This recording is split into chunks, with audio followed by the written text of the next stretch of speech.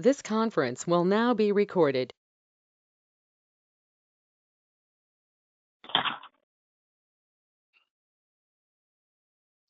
Well, welcome everyone. We have successfully made it into COVID-19 land and our first remote meeting of history.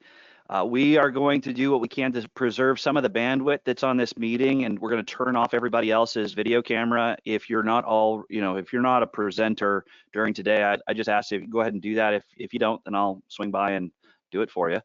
And then also make sure that you're on mute. We have a chat box in here. So if you look at the top right-hand side of your screen, there's a little dialogue that has a little kind of, cartoon or comic strip sort of dialogue box. If you click on that and you ask questions along the way, I will do what I can to field questions for Lindsey as we're going through this. I have done what I can to turn off the other distractions for things beeping and what have you as people are coming and going. We are recording today's session for lots of different reasons, and one of those reasons is we'd like for you guys to be able to have access to this afterward. We'd like Lindsey to be able to have sort of a memento for us or from us as we get going through here. And just before Lindsey kind of kicks things off, I do want to introduce Ron. Ron is the president for the branch, and from this point on, I will do what I can to mute my own microphone.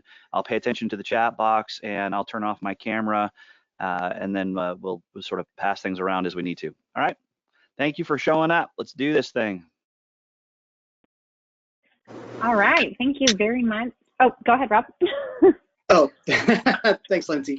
Yeah, thanks, Bradley, for the introduction. Again, my name is Ron Lutzenheiser. I am the ASCE Capital Branch president right now during these interesting times. I'm a geotechnical engineer at Geocon, and like many of you, I'm working from home. First of all, I want to thank everybody for attending this meeting. I don't know if your lunch today is going to be better or worse than that at our normal monthly meeting, but at least you didn't have to stand in line to get it.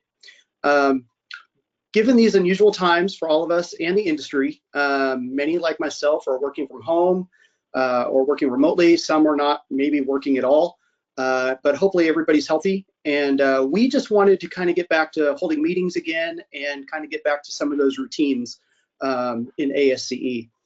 This is our first online meeting, so as Bradley alluded to earlier, please forgive any technical hiccups. We anticipate that we're going to be doing at least a few more of these before we're able to all get back into the same room again the way we used to. So again, thank you for your patience and your attendance today. I do have one quick announcement for the ASCE section. If you haven't heard already, the 2020 Project Awards Banquet and the symposium events have been postponed, and additional information will be provided about their rescheduling when it's available. Now, on to our presentation. Lindsey Van Parys is an associate at GHD. She's a registered civil engineer in multiple states, and she holds a certificate in traffic collision investigation. Lindsey specializes in delivering roundabout projects on the state highway system and has worked on dozens of roundabout concepts and designs, as well as project delivery for projects spanning from California to Florida. She is the current chair of the International ITE Roundabout Committee, and she is GHD's North American Service Line Leader for Transportation Services. Today, she will be presenting on roundabouts. What are they and how are they designed? So thank you, Lindsey. Thank you, Ron, and thank you, everybody. I was looking forward to being there with you in person presenting this, but I'm happy to be here digitally from my living room. Now, as Ron said, I'm going to talk to you about the what, why, and how. I know there's varying degrees of folks who know a lot, know a little, so I'm going to get pretty high level. If you have any detailed questions or want me to dive further into the details, I'm more than happy to do so. So on, again, today's agenda, we're going to learn what modern roundabouts are, and that word is key. Why consider roundabouts? How are modern roundabouts being implemented? And then walk through a few case studies. Before we get started, it's incredibly important to understand that all circular intersections should not be treated equally. They all have their benefits, but these things that you see on the screen here are not modern roundabouts. They're rotaries, traffic circles, and neighborhood traffic calming devices, and serve different purposes and should not be confused with a modern roundabout. So what is a modern roundabout? It tends to be circular in nature, but doesn't have to be. It utilizes specific design criteria. It's designed to control speed on entry, circulating, and on exit. It's multimodal, and it's more efficient for traffic flow. So some of the key characteristics of modern roundabouts are a raised central island. One of the key features of this is you want to block the through movement, because as vehicles are approaching the intersection, it's our tendency to look at what's in front of us. But really at a roundabout, your next conflict point is to your left. So we want to divert drivers' attentions from the straight oncoming vehicles and look at the actual vehicles that are in direct conflict. We've got the raised truck apron, which is used to accommodate trucks that are larger, like your standard truck and trailer, but also still provide the fast path and speed control for regular cars. We've got our splitter islands, which have a whole host of different design criteria, which control speed, protect pedestrians, allow staged pedestrian crossing, and separate traffic. Then you've got your pedestrian refuge island, your shared use path, your landscape buffer to separate your pedestrians and your cyclists that choose to use the shared use path from the roadway. There's always a yield on entry on all legs. And then you've got your geometric speed control at all 3 points as you traverse through the roundabout. Now, modern roundabouts are principle-based. There is no standard design standards. When you're designing transportation projects, a lot of people go to AASHTO Green Book or the Caltrans Highway Design Manual, and there's black and white, there's tables. With roundabouts, it's principle-based. It's based on guidelines and not standards. It's a comprehensive approach to design, so trying to find that balance between safety, speed, pedestrians, vehicles, heavy vehicles, all of those things come together to create the best intersection design. And then composition is the most important in meeting driver expectancy. So you want to make sure that what you're designing is setting the driver up for success. You've got your design principles for speed control. Like I said, the deflection on entry. There's fast path criteria, view angles and fee angles. And so that's really what sets a driver up for success. Do they feel like they're going to merge, or do they feel like they need to yield? Managing sight distances with landscaping and making sure that it's not blocking the sight distance you want, but blocking the ones that you don't. And then a minimum diameter based on design vehicle and number of lanes. Then you want to make sure that you match the capacity to demand. Unlike standard intersections at roundabouts, if you overbuild them, they will not perform as well. You get, multi-lane entries, you get cars ignoring the stripes and merging over. And so if you don't have the volume for a multi-lane, you get decreased safety, faster speeds. It's not optimized. So you really need to make sure that you're matching the capacity to demand with roundabouts more so than with standard intersections. Minimize the number of lanes to reduce conflict points. Minimize pedestrian crossing distances to reduce exposure. So you do that by your splitter islands or vane islands. If you have a right bypass lane, and then simplify decision making through signage, striping, and through geometric design. Then the signing and marking principles. So you want to have clear and easily understood information, minimize detection, reading, and processing time, and advance lane choice. So the last thing you want is a vehicle to be set up in the wrong lane and then make a wrong move, and that's when you get your property damage collisions and things like that. And so as you see in this picture, making sure we've got an overhead sign that can be seen far enough back so drivers know to get into the far right lane early on. Here we've got 2 lanes where we purposely have the striping narrower than 12-foot lanes, so that way it serves 2 functions. It allows trucks to take both lanes if they need to navigate the roundabout, and it forces folks to drivers to pick their lane early and get in their lane, stay in their lane to reduce the zippering at the intersection. And again, meeting driver expectancy. So you want to make sure that, again, you're setting that driver up for success. So roundabouts, modern roundabouts do accommodate all users, from emergency vehicles, heavy vehicles, and cyclists and pedestrians of all abilities and ages. So I get asked a lot, where are roundabouts applicable? Most signalized intersections, closely spaced or offset intersections or driveways, freeway ramp termini, constrained roadways, overcrossings, undercrossings, intersections with high accident rates. That's the number one thing, is roundabouts are known for their safety. This intersection here below is it was a 5-leg signalized intersection, and it just didn't function properly. So by putting in a roundabout, we were able to put all 5 of those legs in, plus a rail running through the middle, and really improve not only the operations, but also the safety of the intersection as well. One thing I did miss is they work wonderfully in corridors also. So when you've got very closely spaced intersections, providing a roundabout corridor opportunity can be dramatically different than a signalized corridor. It allows you to have fewer through lanes, which I'll get into when I talk about the why. Physical constraints make it politically or economically infeasible to construct a roundabout.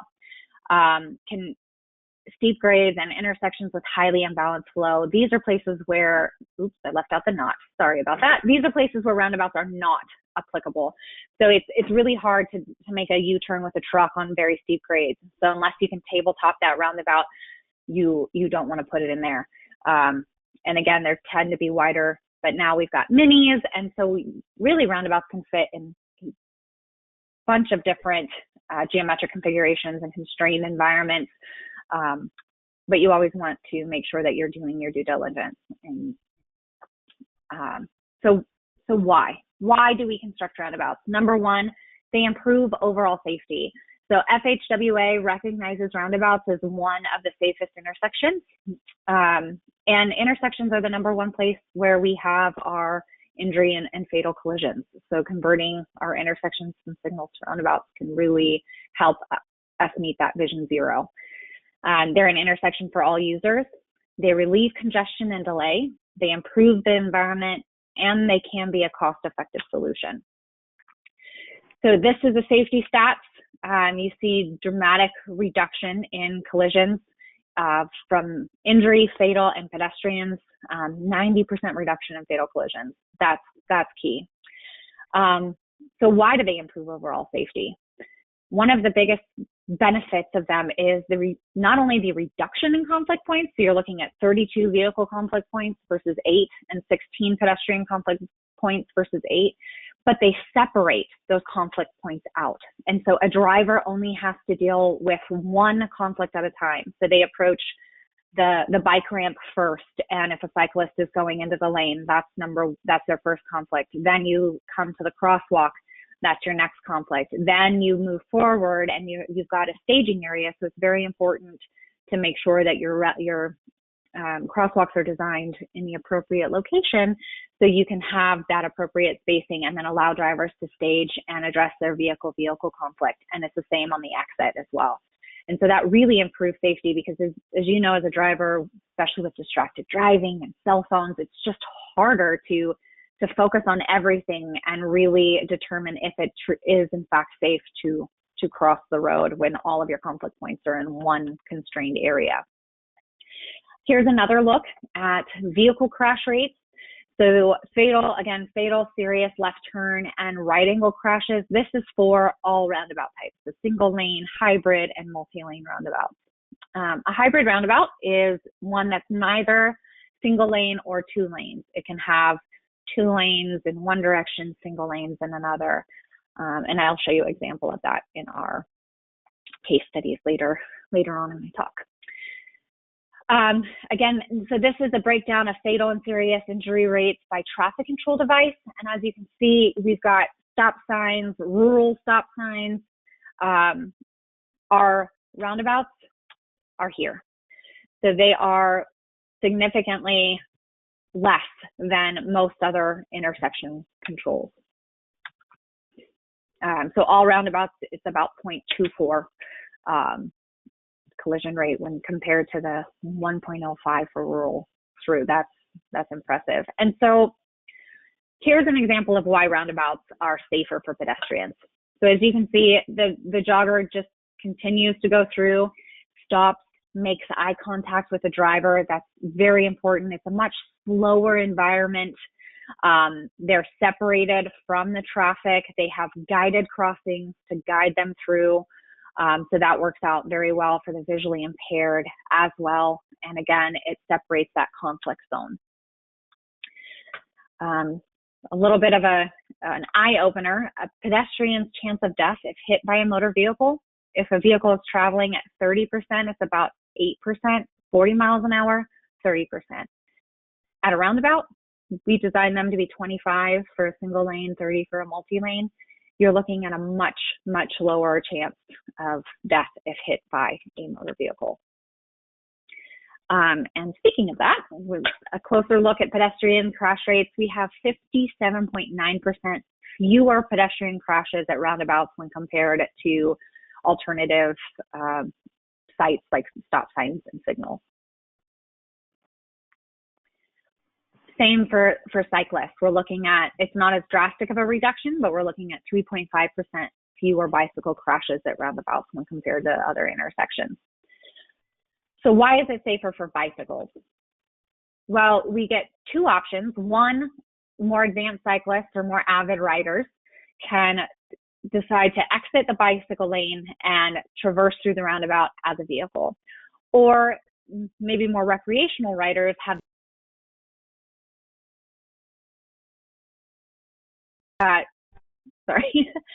to get off on the shared use path and traverse the roundabout as a pedestrian. And so there's really two options for all users. They accommodate large vehicles, as you can see in this video. Hopefully it's not too choppy on your end, but we've got a double hay truck and trailer navigating through a roundabout. And the driver barely uses the truck apron at all and can navigate it perfectly.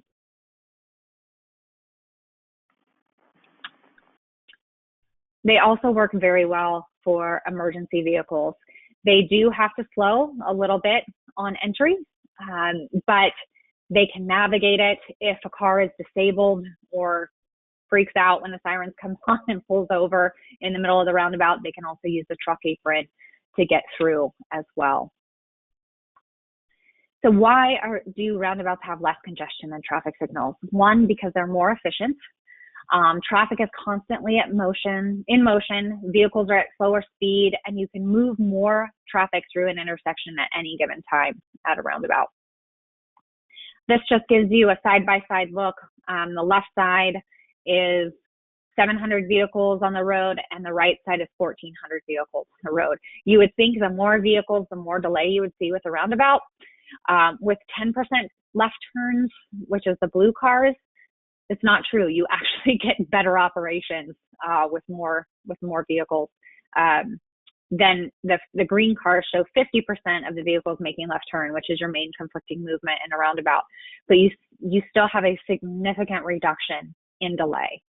And that delay equates to less idling time, less emissions, and less fuel consumption, which equates to better environment. You get a significant reduction of greenhouse gases. So you're looking at a 20 to 50% reduction in emissions with roundabouts versus traffic signals. So when you're looking at your environmental impacts, just the sheer benefit of reducing those emissions is wonderful. Roundabouts can often handle the same amount of traffic as a single lane that would require multiple turn lanes and traffic signals. So on the images on the right, the red is what would be required to widen this facility should a 4-lane signalized corridor be used. So you have to widen everything in between the two intersections in order to accommodate the left turn lanes, the right turn lanes, the queuing, have enough length for your queue spill back. The same exact amount of traffic can be accommodated through 2 roundabouts without widening the links in between. So it really offers an opportunity to improve corridors without widening the corridor. So again, the why, you can avoid street widening, avoid bridge widening, minimize right-of-way needs, and lower maintenance costs. The less pavement you have, the less striping you have, the less you have to maintain. And again, roundabouts tend to be more cost-effective, or can be more cost-effective with in the initial cost, but they're most always, always is a strong word, they are usually very cost-effective in the overall life cycle cost because of the safety benefits. So as you can see here down below, your accident costs and your emergency response costs are much lower. Same with delay costs. Your striping maintenance and your landscape maintenance can be higher with a roundabout, but they don't have to be. And same with your initial costs, they don't have to be. You also get a reduction in electricity costs and that signal maintenance. And there's also opportunity for beautification and placemaking with roundabouts. You can, depending on your approach speeds and the approach geometry, you can really make it a nice entrance. So now I will get into the hows. So the first thing here in California, Caltrans established an intersection control evaluation, which is a policy and an approach. It essentially establishes the applicability and future effect of an intersection. And so through the ASCE process, you look at different alternatives, whether it be yield control, stop control. It's really an alternative intersection approach. It's not just roundabouts and signals. You can look at DDIs, M cuts, R cuts, all of the toolbox, everything that's in our toolbox should be looked at through the ASCE process. And it's a framework of steps, methodologies, and tools that helps you pick the best alternative. Some sample ASCE metrics are operations, safety, neighborhood impacts, phased approach, environmental impacts, water quality benefits, cost benefit, and so much more. You can do right-of-way. You can really tailor your ASCE to be exactly what you need. And it is required by Caltrans, but it's also a great process to just go through, to even do just a minimal ASCE screening on any intersection improvement to really determine what your best solution is going to be.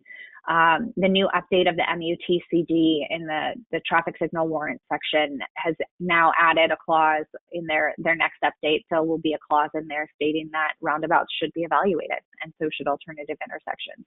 So there's really a push from multiple different directions, whether it be Caltrans, FHWA, NHTSA, to take a look at roundabouts because of their safety and operational benefits.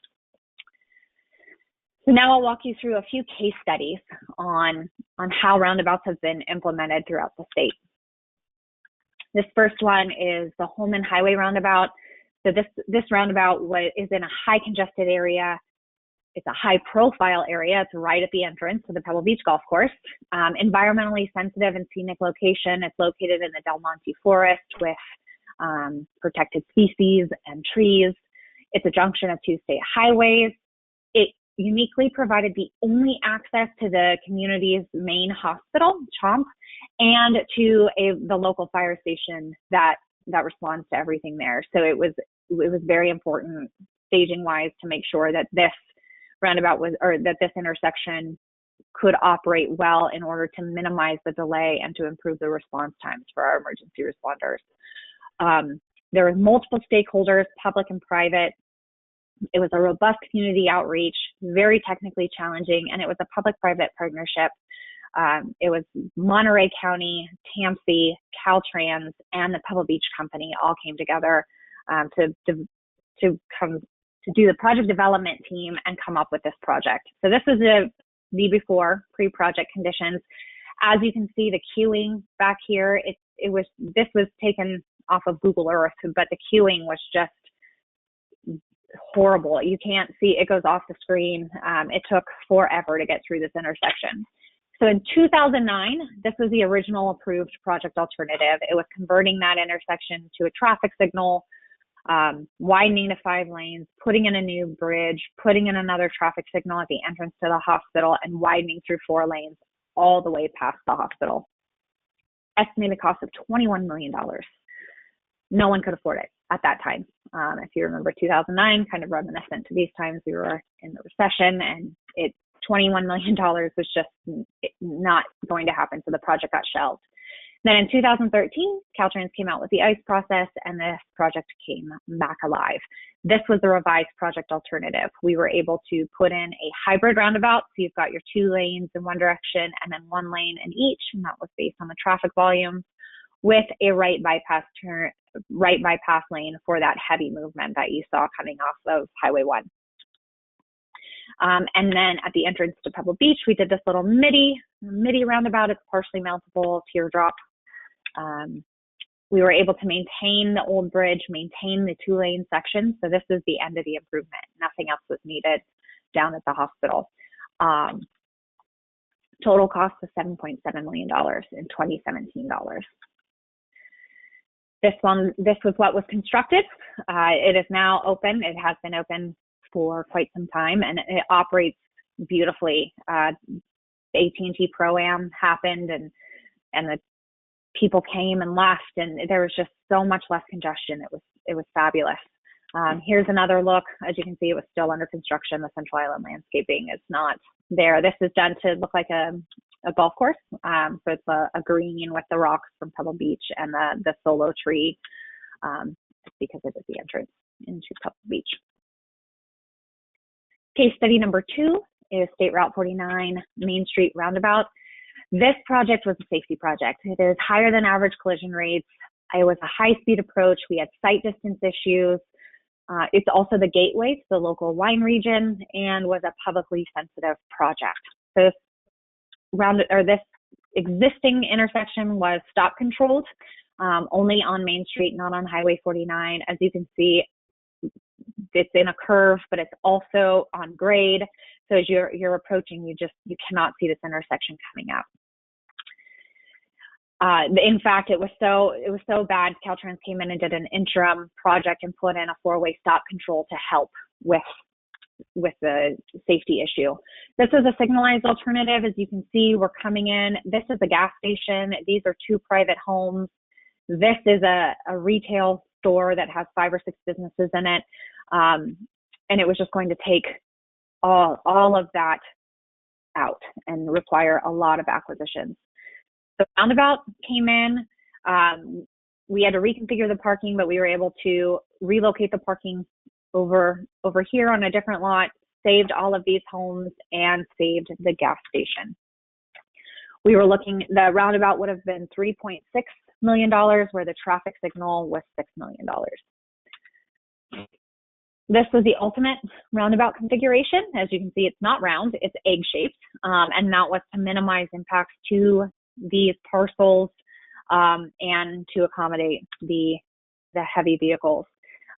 Construction was challenging because we had to maintain access for all of the businesses there right at the intersection, and also maintain through traffic and accommodate event traffic as well for the winery's Big Crush events. And then this is the final constructed roundabout since it's been open, and it opened back in 2016, and there have been no collisions, no injury or fatal collisions at this intersection since it opened. And then the last case study that I will go through, and then I will open it up for questions, is the Rockland Road Roundabout Corridor. So this one, again, it was poor traffic operations in the existing condition. The city of Rockland had originally planned for a 6-lane corridor, and there was a lot of development happening, and really widening the 6 lanes would have impacted that development, would have impacted numerous businesses along the corridor. We would have had to do a lot of acquisition and relocation. It's adjacent to a fire station, adjacent to a police station, adjacent to a school, and it's also on a bus route. And it's part of a 5 overall roundabout corridor that's planned for Rockland Road. This was the pre-project conditions, 4 lanes in each direction. We took a look at what it, sorry about that, my headphone is buzzing at me. We took a look at the traffic operations and determined that even in 20 years that the 2-lane roundabout would be more than efficient to handle that traffic.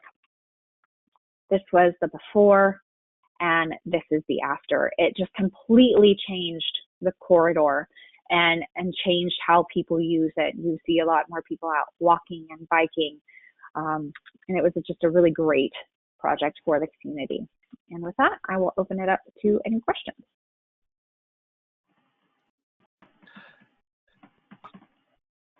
I see there's some in the chat box.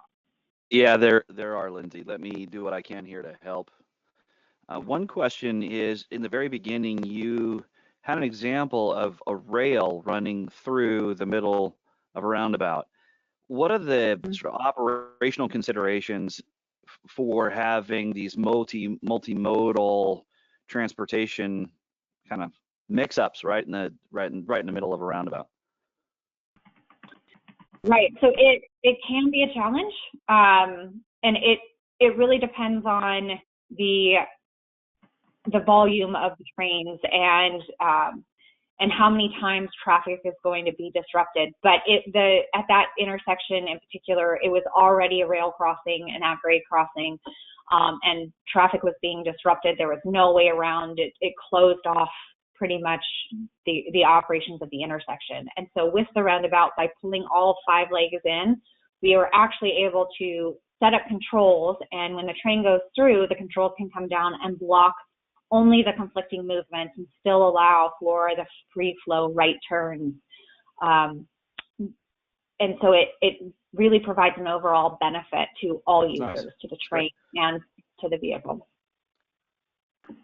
That's great.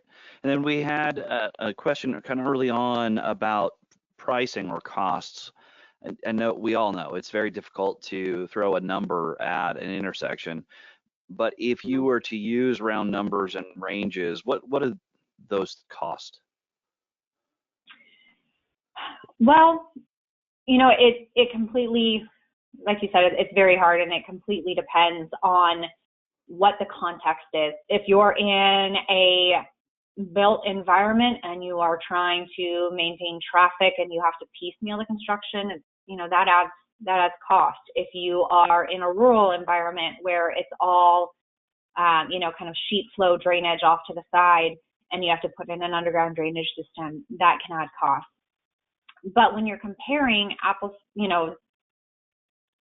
just generic without right-of-way, without any environmental mitigation costs, you can get a roundabout in for anywhere from $1 to $3 million. And you can do it cheaper if you're looking, and that's a single lane traditional modern roundabout. If you're looking at a mini roundabout, you can do it for a lot cheaper than that. Okay. ITE actually is putting out their affordable roundabout award. The winner is being announced today, and that award takes a look at low cost roundabouts. So we were looking at some in the $250,000 range. So you can get affordable roundabouts put in. It just depends on what the context is. Nice. And then Brett asks, what are the biggest objections to roundabouts that you hear from stakeholders, and what are some good strategies to be able to respond to those? So the number one thing I hear is, well, roundabouts might be fine, but nobody knows how to drive them. And, that they're not going to be able to figure out. They don't know how people don't know how they work, and it's just not going to work in my neighborhood or this intersection. And how we combat that is we do driver education campaigns. So we have some videos on how to drive, how to walk, how to bike. We've got flyers and just a bunch of different materials we provide to the community to help with that education component. Another piece I hear is, well, that won't work for large vehicles. And it's just an education piece, or that'll slow down response times for emergency responders, and we can't have that in this community. But it's just providing the data and the backup and looking at other case studies and where they've been implemented in order to make people feel safe and comfortable with it. Another big thing, which is what I started my presentation out with, is, well, I went to Europe and those things just don't work. They're so confusing. It's like, well, that's not what we're trying to put in here. And so it's a lot of misinformation and myths about roundabouts that my recommendation, if it's newer to the community or newer to stakeholders, is to start the education process before you pick your location, before you come out to the community and say, we're going to do a roundabout at intersection of A and B. Go out and say, here are roundabouts, here's their benefits, here's why they're good, and get people ready to receive that information, and then come out and say, hey, this is where we're going to do our project. Okay. And then there are some questions in the chat box too about maybe funding or how things get split up. It looks like there's a fairly large component to landscaping in a roundabout. Is it maybe normal or a valid option to have a landscaping district or something else come through and pay for a portion of that project? Yes, you can. And so it depends on the project. So when you're doing, one project I did was a commercial corridor. So we revamped the whole commercial corridor, turned it from 4 lanes to 2 with roundabouts. And the business district really wanted it to look beautiful and pull people in. And so a fee assessment was done, and they pay for part of the maintenance of the landscaping. And we have enhanced landscaping, enhanced lighting, enhanced amenities like seating plazas and things like that. And so a business assessment district would make sense in that piece. Whereas we just constructed one in the town of Truckee. Ron, you know that one. We worked on that one together. But that one is very low maintenance plants, drought tolerant. They just need to go in and prune them up in the spring, and that's about it. And we've got solar powered irrigation, and so that's minimal cost. It really is, it can be a lot, and you can do assessment districts for lighting and landscaping and other amenities, or you can go low key, do a lot of inert materials like rock and bark and things like that. That there's a lot of opportunities that you can do to do something within your budget. Right.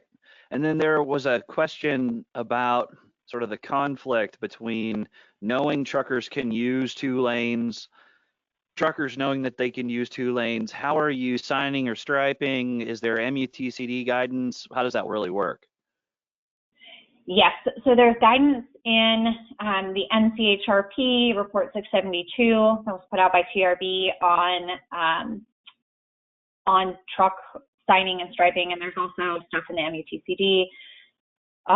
Trucks can use both lanes is a sign that's seen. We generally don't sign that on our projects just because there's so many signage, and you need to be careful of signing overload and too much messaging to the driver where they're distracted and aren't really paying attention to what they need to be paying attention to. Education to the trucking agencies and the trucking industry on what they can use. Wisconsin DOT actually has a great guide on truck operations, which is case 1 and case 2. We recognize as an industry that more education needs to be done for truck driving association or truck drivers and things like that. And that's something I know that TRB is working on, and FHWA as well. Okay, there are a couple of questions in here too about the conflicts of pedestrians, vehicles, or maybe vehicle and vehicle. One question being, when a pedestrian is rather slow getting through the crossing, what really happens in the performance? Are people queuing up? Is it a real problem? And then the other is, have you or do you understand that there are or are not grade separated roundabouts in any fashion, or are they all at grade?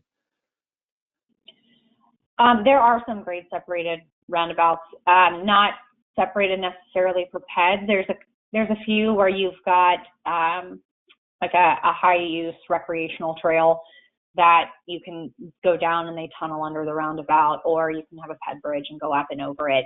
But in general, that's the benefit of roundabouts. If you look at an intersection, you walk downtown Sacramento, you're looking at 90 feet of pavement. We have to time that at 3.5 feet per second to get a pedestrian across the road, and that blocks all movement on that leg. No one can go. It's red light, pedestrian walk phase, and then you've got your clearance interval. With a roundabout, even a multi-lane, even if you've got 2 lanes of traffic, that's only 24 feet roughly that you're crossing. And so even if a pedestrian is moving slow, it's a lot less delay. And because of the staged crossings and providing that pedestrian refuge, the pedestrian crosses one side, cars can still go through. And so it only blocks one leg of an intersection at a time. And so even if you have higher volumes of peds where they're platooning and crossing in larger groups, or slower peds, you don't get as much delay as you do with signalized intersections. And if on the entrance, the queues fill back, not a big deal because the cars are just queuing on the approach. On the exit, we separate the pedestrian crossing from the roundabout far enough away to allow for vehicles to stage there. So 1 or 2 vehicles, usually, ideally it'd be about 2 vehicle width. So that way 2 vehicles can go, pedestrian can cross, and then they can move on without impacting the circulating traffic, which is also a benefit.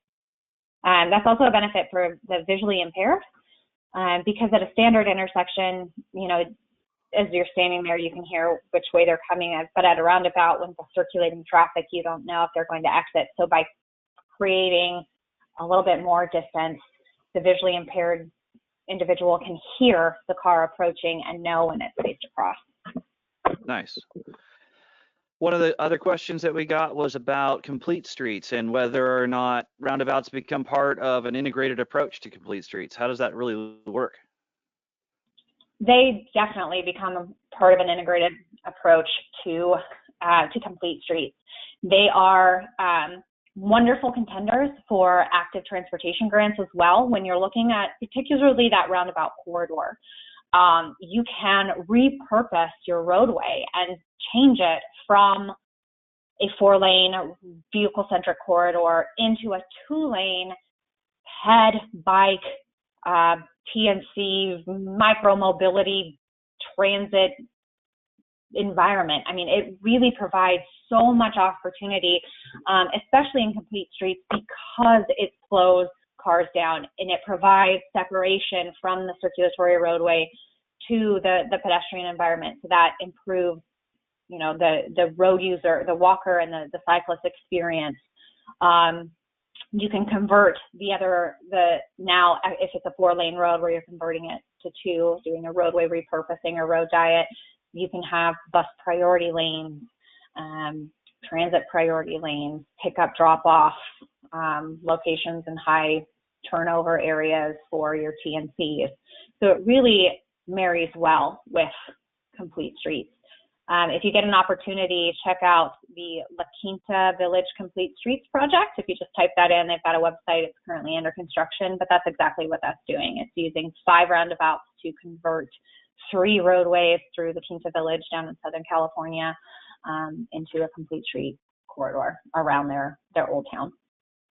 Cool. You're developing a little bit of a fan base.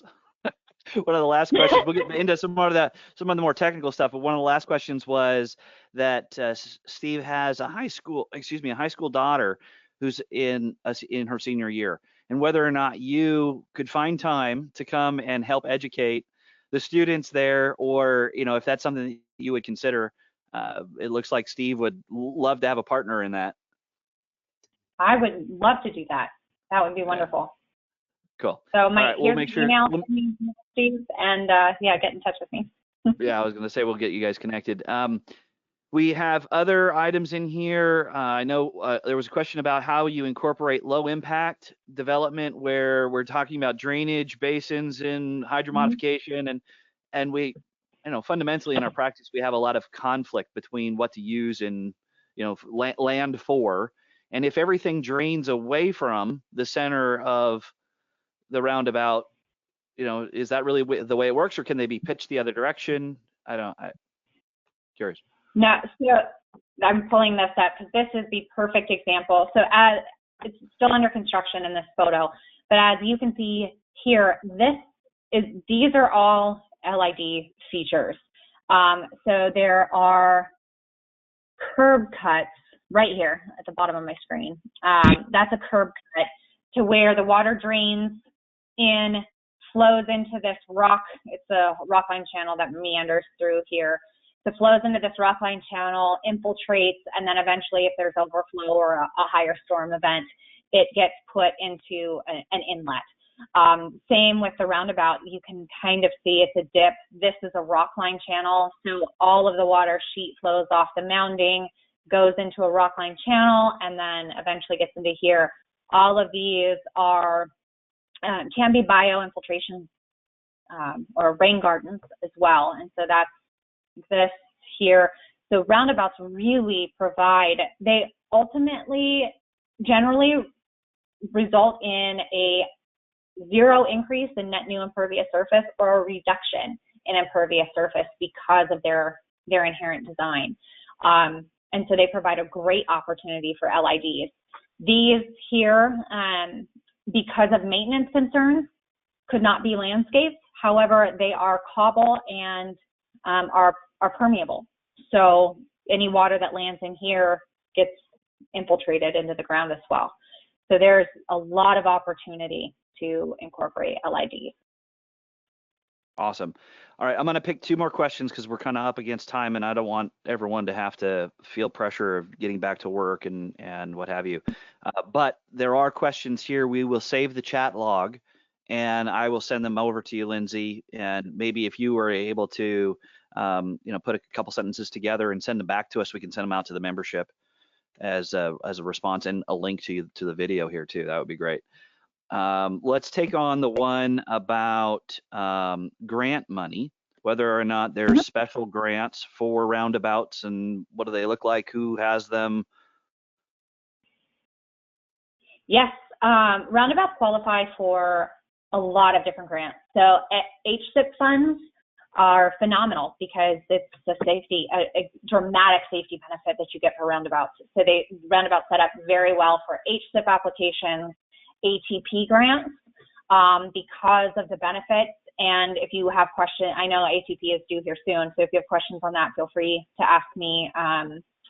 There's different components that are more likely to get funded, like the enhanced landscaping, probably not going to get funded through ATP, but the geometric parameter or the geometric components that improve safety for cyclists and peds are. So it's ATP, CMAQ funds, there anything that has a safety component or a benefit cost ratio component.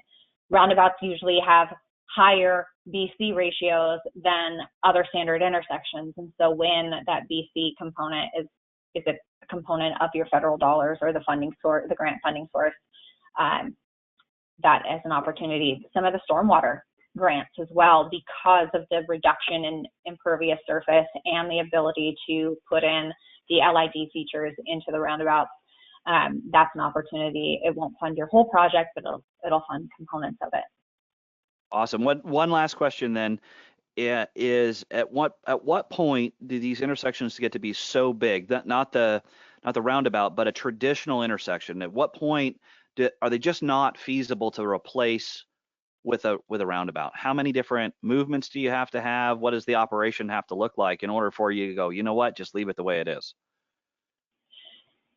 It's really a case-by-case basis and a community basis. If you're looking at, it depends on your conflicting volumes. If you've got all of your volume or through movements, I mean, that's not a big deal. But when you start adding in the conflicting movements, if you have a heavy through and a heavy left, that might not be ideal for roundabouts because you just don't get the gaps that you need to accommodate that heavy left movement. If you have, a very heavy right movement and then, well, I don't know, heavy right movements you can pretty much accommodate with a right bypass lane. So I think it's just when you've got, it's not about a number, there's no set number of if you have 1,800 vehicles an hour and 22. It really looks at when these peak hours are and what the conflicting movements are at the peak hour. And I guess the last plug I'll put in that is oftentimes we design for the peak hour and we should look at it. But my soapbox message, I guess, to all of you guys would be to look at the context of the rest of the 23 hours of the day. If the roundabout functions significantly better than a signal 23 hours or even 20 hours a day, better than a signal would, can you live with the peak hour delays? That would be my soapbox is take a step back, look back, and really look at what the overall improvement would be of the intersection, and not just for roundabout, for any type of intersection implementation. Awesome. So let me do what I can to get Ron back on here. Ron, if you're around, you mind popping in here? I'm here. Awesome. Can you wrap it up for us? Thank you again, Lindsey. I appreciate it. I'm going to bow out. Welcome. Yeah, thanks, Bradley. Lindsey, I just wanted to say, first of all, that picture or that video that you had of the hay truck going through the roundabout, that's 2 miles from my house where Twin Cities Road crosses Highway 99. And that project has done wonders for the traffic going across Highway 99 because that intersection was just horrible. And then once they put those 2 roundabouts in, it's a breeze getting through there 99.5% of the time. So it's just been a fantastic project. Thank you. You're welcome, and thank you. I went to Galt High, so I drove that intersection all the time. I'm sorry, what was that? I said I went to Galt High, so I'm very familiar with that intersection. Oh, that's awesome. I had no idea. So did I. Class of '89. Thank you. Anyway, we wanted to thank you again for taking the time to make this presentation for us. We will be sending you a small token of our appreciation. And I wanted to tell everybody, thank you for attending. We've had, I think, upwards of 70 plus attendees. Most of the time, our meetings have anywhere from 25 to 30. So this has been a very, very popular meeting today. I think it was both due to the topic and possibly due to the online format. We're going to be sending out a quiz to everybody, and we want to hopefully get some feedback from people on not just the topic of the meeting, but also the format, the online format for a meeting and future use as well. We anticipate that the next couple of meetings at least will also be online, including our next meeting on June 23rd, where we're going to have Elizabeth Ramos from KSN talking about social media and engineering, which is a rescheduling of our March topic. And we again ask if everybody could please take a look in your email box, watch out for those for that survey that's going to be coming out, and we'd like to see a lot of responses to that just to see how everybody feels about both the topic and the online meetings. So with that, our meeting is adjourned. Thanks again, Lindsey. We appreciate it. Thank you. You're welcome. Thank you.